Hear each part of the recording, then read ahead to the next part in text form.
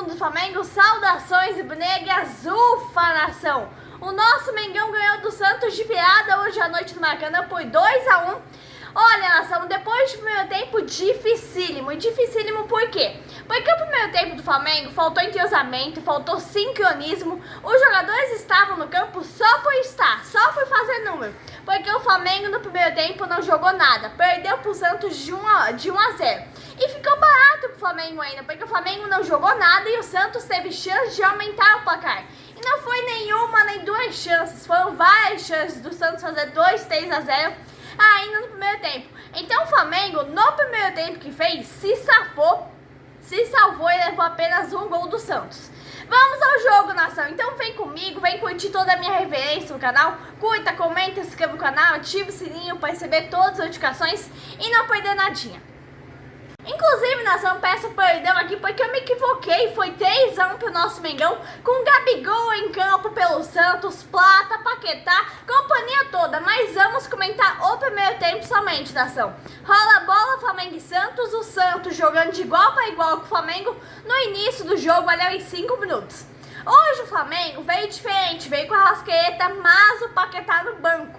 É aí que está o problema dessa equipe do Flamengo, nação. Porque a Arrascaeta, Paquetá e Jorginho, eles têm que jogar juntos. Porque aí o meio de campo do Flamengo fica mais completo, fica mais forte. E o Carrascal, nação, Carrascal, pelo amor de Deus. 5 minutos dava pra ver a deficiência do Flamengo pelo lado direito do Carrascal. Cadê Paquetá?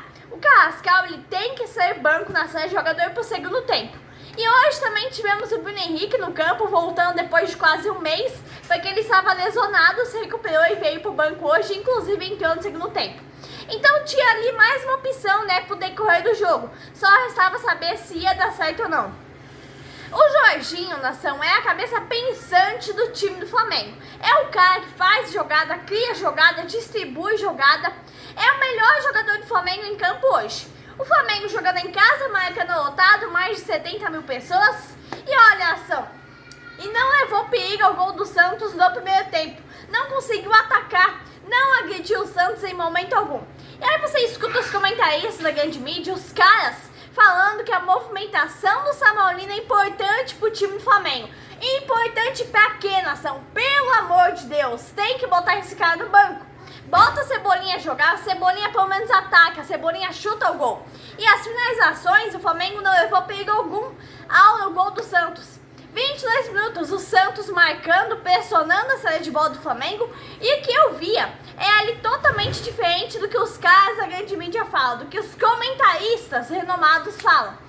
É um Flamengo sem nexo, um Flamengo sem sincronismo, um Flamengo sem entrosamento. Os caras simplesmente não se acertaram em campo no primeiro tempo.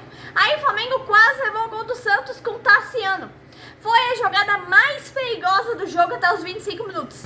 Aí o Flamengo não fez nenhuma jogada até os 24 minutos. As jogadas do Flamengo simplesmente não levam perigo ao gol do Santos, mesmo com os jogadores estando completamente livres. E aí o Flamengo começou a levar um sufoco do Santos aos 29 minutos. E o Flamengo tá assim, nação, formando uma panelinha, se já não está formada, dentro desse elenco contra o Leonardo Jardim. E tá muito claro isso. O Lino muito mal no jogo, não conseguiu concluir uma jogada e ainda é titular. Titular por quê? Pelo valor de campo que o Flamengo pagou. Amigos do canal Mundo do Flamengo, depois que o Leonardo Jardim botou Paquetá, Bruno Henrique e Plata, o time do Flamengo simplesmente virou o jogo para 3-1. E aí o Plata parece que está se encontrando nesse time do Flamengo, parece que voltou ao time do Flamengo.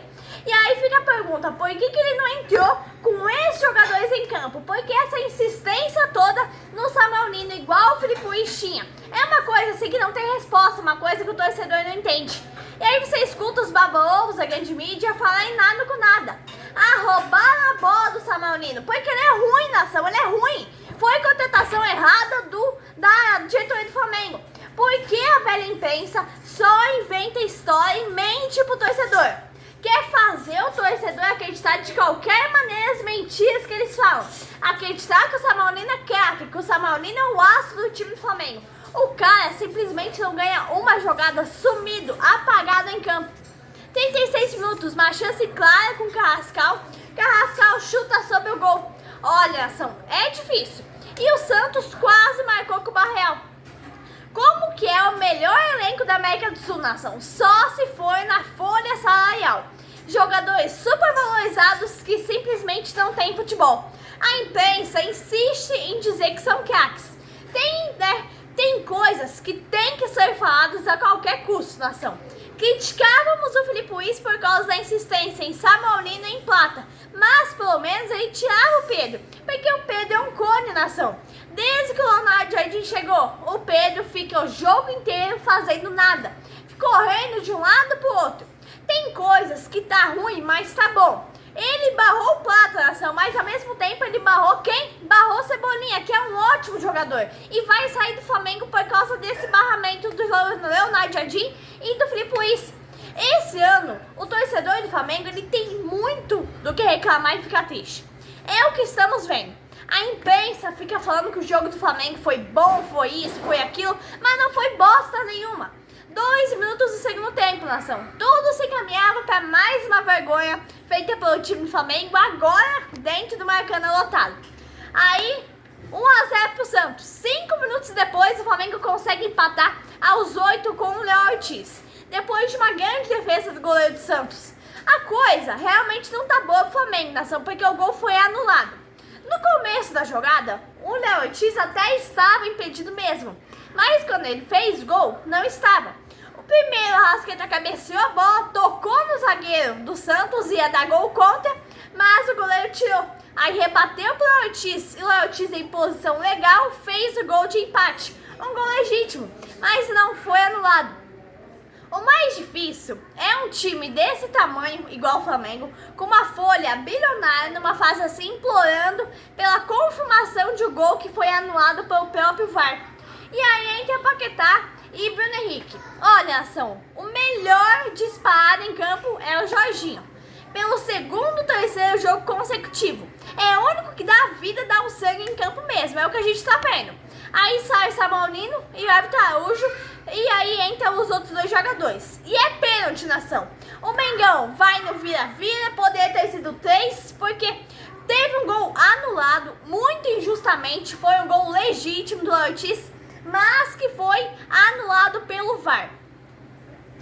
Amigos, canal Mundo do Flamengo. Flamengo no vira-vira faz 3-1 pra cima do Santos, nação, com gols de Pedro. O Cone finalmente marcou, entrou em cena, a bola desviou no Cone e o Cone conseguiu botar a bola pra dentro e empatou o jogo pro Flamengo. Aí tivemos um pênalti totalmente legítimo para a equipe do Flamengo, onde o Jorginho fez uma bela cobrança e virou pro Flamengo. E aí o último gol foi do Paquetá, que foi outro gol legítimo. Esse não tinha como o VAR anular, porque o Paquetá chutou de longe. Senão, com certeza, ele ia ter ido para a revisão e o VAR teria anulado. Porque mais uma vez na noite de hoje, o VAR Meiras entrou em ação e anulou o gol do Léo Ortiz. Gente, o Léo Ortiz, ele não estava impedido no momento do gol. Porque primeiro a Arrascaeta chutou a bola pro goleiro, o goleiro fez o rebote pro Léo Ortiz, aí o Léo Ortiz chutou e fez o gol. Léo Ortiz estava em posição legal, foi um gol legal, mas que foi anulado injustamente pelo VAR Meiras. Mais uma vez o VAR Meiras entra em campo. E agora, uma coisa assim vergonhosa, porque todo mundo viu que foi um gol legítimo. E eu não aceito dizer que o Pedro é o novo artilheiro do novo Maracanã, nação, porque não existe novo Maracanã. Só existe um Maracanã, só existe um artilheiro, que é o nosso Rei Zico. Aí vem Romário. O Pedro, com todo respeito ao Pedro, mas não chega aos pés de Romário, muito menos de Zico. Com todo respeito, mas não dá, nação. E aí a dupla de zaga do Flamengo é algo assim muito especial, porque a gente tem que falar, jogaram muito bem hoje. O Léo Ortiz só se atrapalhou no gol ali que tomou do Santos, mas acertaram vários passes, fizeram um jogo excepcional. Aí sai Pedro e sai Carrascal, entra Plata e Luiz Araújo. Amigos do canal Mundo do Flamengo, fim de jogo no Maracanã, o nosso Mengão no virou, foi lá e fez 3-1 pra cima do Santos, nação. 12 minutos de acréscimo da Aranco deu e quase deu tempo do nosso querido Flamengo fazer 4-1 com o Plata dessa vez. Mas o Plata chutou na trave. Por pouco, o Flamengo não fez 4-1 em cima do Santos. Que, né, O Gabigol, como todos viram, jogou hoje. Paquetá, Plata, todo mundo jogou. Bruno Henrique. E olha, deu lembranças já de 2019 com o Bruno Henrique e com o Gabigol em campo. Só que dessa vez como adversários. Mas enfim, nação, agora o Flamengo consegue uma virada muito boa. Porque todo mundo sabe que o Flamengo não é muito time da virada. Começa perdendo, fica atrás, não consegue fazer gol. Então o Flamengo fez um bom segundo tempo, porque o primeiro tempo foi péssimo, e conseguiu virar, fazer 3 gols pra cima do Santos. Olha, nação, agora as atenções voltam-se para quarta-feira, 9h30 da noite, Cusco e Flamengo. A estreia do Flamengo na fase de grupos da Libertadores, na altitude, né? Lá em Cusco, no Peru.